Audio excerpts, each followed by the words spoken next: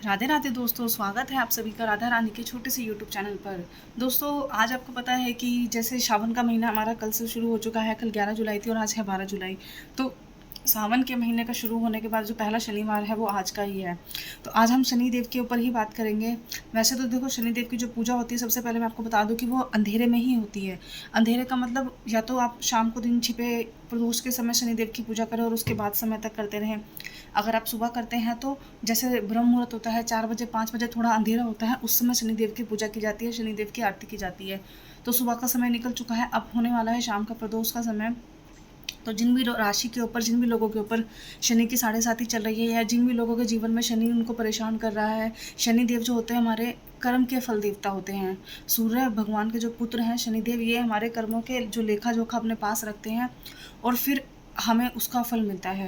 तो जो भी लोग शनि की, जिनके ऊपर शनि की दृष्टि खराब है, या जो भी शनि दोष से ग्रस्त हैं, जिनके जीवन में कोई भी ऐसी चीज़ें हो रही हैं जैसे कि बार बार कोई काम कर रहे हो वो नहीं बन पा रहा है, किसी भी चीज़ में हाथ डालते हो वो नहीं हो पा रहा है, और एक स्पेशली इस चीज़ का ध्यान रखना, किसी के साथ भी कोई भी अगर ऐसी राशि है जैसे कि जिसके ऊपर शनि की साढ़े साती चल रही है, उनके साथ जो भी बुरा होता है वह शनिवार के दिन ही होता है, या शनिवार के आगे या पीछे, जैसे कि शुक्रवार को या रविवार को होता है।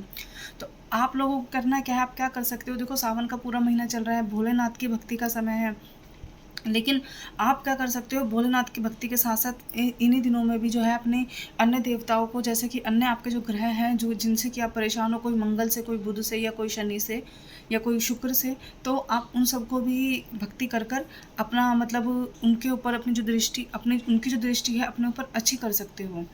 तो जैसे कि शनिवार है, आपको करना क्या है, हर शनिवार पूरे सावन के महीने में 4 या 5 शनिवार रहेंगे।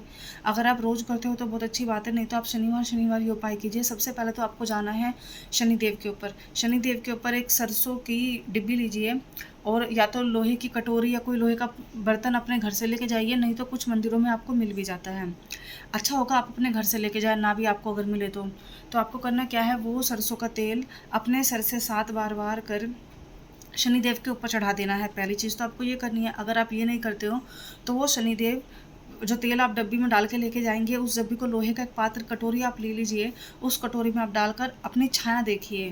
तेल में, बर्तन में छाया देखने का मतलब ये होता है, कटोरी का जो लोहे के बर्तन में तेल डालकर अपना चेहरा देखिए, अपने आप को देखिए, और फिर वही तेल शनिदेव के ऊपर चढ़ा दीजिए। काले तिल या काली मिर्च अगर आप उसके अंदर डाल के चढ़ाते हैं तो बहुत अच्छा रहेगा। अगर आपके ऊपर शनिदेव, ज़्यादा ही शनिदेव आपको परेशान कर रहे हैं, तो आपको करना क्या है, 2 मीटर काला कपड़ा लेना है, नारियल उसमें बांधकर अपने सर के ऊपर से वार कर शनिदेव के चरणों में अर्पण करके आ जाना है। तीसरा क्या है, शनिदेव को जो है काली चीज़ें बहुत पसंद होती हैं, काले वस्त्र, काले चने, काले छोले, काले, जैसे कोल्ड ड्रिंक होती है वो भी काली होती है। काली कोई भी चीज़ हो गई, वो आप शनिदेव को चढ़ा सकते हैं, शनिदेव के ऊपर उनको मतलब दे सकते हैं दान में। और उसके साथ साथ वही जो चीज़ें हैं, जैसे आप शनिवार है तो आप 2 या 3 गरीबों को जो है भोजन कराइए, जिससे कि शनिदेव तो क्या, कोई भी जो भगवान होते हैं वो अच्छे से खुश हो जाते हैं। शनिदेव के ऊपर आप इत्र चढ़ाइए, इत्र उनको अर्पण कीजिए।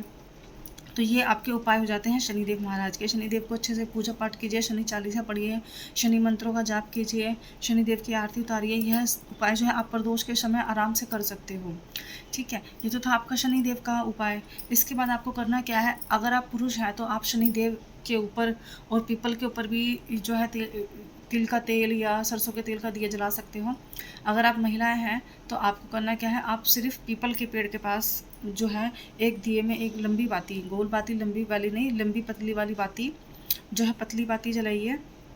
उसके अंदर थोड़े से काले तिल डालकर पीपल के आगे पिपलेश्वर देव के नाम से उसको, उनको अर्पण करके आइए, और पीपल के पेड़ की 7 परिक्रमा लीजिए। आप पीपल को खुश रखिए, आपके शनिदेव अपने आप खुश होते रहेंगे। पीपल के पेड़ की पूजा लक्ष्मी माता के लिए भी की जाती है, लक्ष्मी का वास करने के लिए की जाती है। यदि आप, कोई भी महिला अपने पीपल के पेड़ के नीचे दीपक जलाती है तो उसके घर में हमेशा लक्ष्मी का वास रहता है, कोई दुख दुविधाएं नहीं आती हैं, घर में बरकत होती है। तो ये उपाय महिलाओं के लिए था, और जो शनिदेव का उपाय था वो मैंने आपको पहले ही बता दिया है। ठीक है। अब आपको क्या करना है, ये सिर्फ़ मैं आपको शनिदेव भगवान को ही खुश करने के लिए बता रही हूँ अभी तक, कि जो भी लोग शनि की जिनके ऊपर दृष्टि अच्छी नहीं है, जो कि शनि दोष से परेशान है, जिनके जीवन में कोई कार्य बार-बार नहीं बन रहा है, ये बहुत लंबे समय से कोई कोशिश कर रहे हैं, नहीं हो रही है। शनिवार के दिन ही अचानक उनके साथ एक्सीडेंट हो जाता है, कोई चोट लग जाती है, कोई बुरी खबर शनिवार के दिन आती है, कोई दुर्घटना, कोई चोरी, कोई मार-पिटाई शनिवार के दिन ही जो उनके साथ होता है, उन लोगों के लिए। पीपल शनिदेव की पूजा करनी है, पीपल देव की पूजा करनी है, पिपलेश्वर देव का नाम लेकर शनिदेव की पूजा करनी है, शनिचराय का नाम लेकर। उसके बाद आपको जाना है श्री बालाजी महाराज के पास।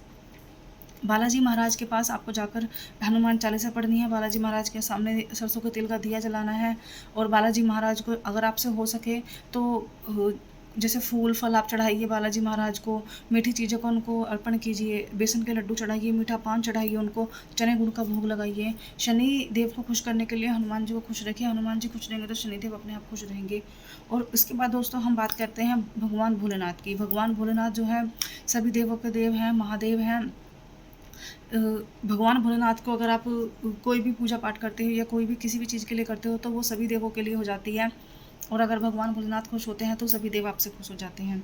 तो शनिवार के दिन सावन का पहला शनिवार है, प्रदोष का समय। प्रदोष का समय मैं आपको बता देती हूँ। जैसे सूरज छुपता है, मतलब दिन छिपता है अपना, तो दिन छिपने के जो 45 मिनट पहले और 45 मिनट के बाद का जो समय होता है वह हमारा सूर्य अस्त और प्रदोष का समय होता है।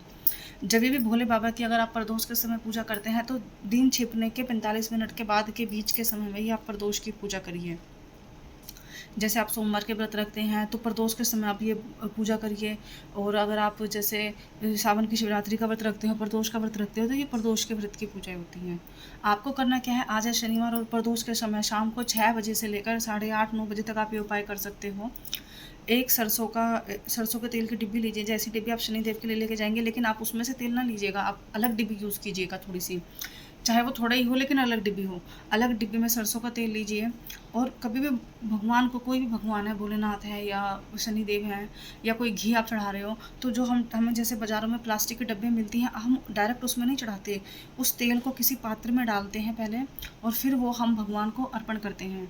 तो आपको वैसे ही करना है, जैसे जो आप भोलेनाथ महाराज के लिए सरसों के तेल की डिब्बी लेके जाएंगे, आपको वही तेल किसी बर्तन में डालकर, या आप उसी लोहे के बर्तन को इस्तेमाल कर सकते हैं, कटोरी को, जो आपने शनिदेव के लिए यूज़ किया था, तो उनको तेल को शिवलिंग पर, जो सरसों का तेल है, उस कटोरी में डालकर, उसमें भी काले तिल, काली मिर्च डालकर आप शिवलिंग पर जो है चढ़ा कर आइए। काशी विश्वनाथ जी का नाम लीजिए, काशी विश्वनाथ शिवलिंग को याद कीजिए, और काशी विश्वनाथ भोलेनाथ से ये दुआ मांगिए कि जो भी शनि की 7.5, जो भी शनि की ढैया उनके ऊपर चल रही है, जो भी शनि के दोष उनके ऊपर लगे हुए हैं, वो सारे समाप्त हो जाएं।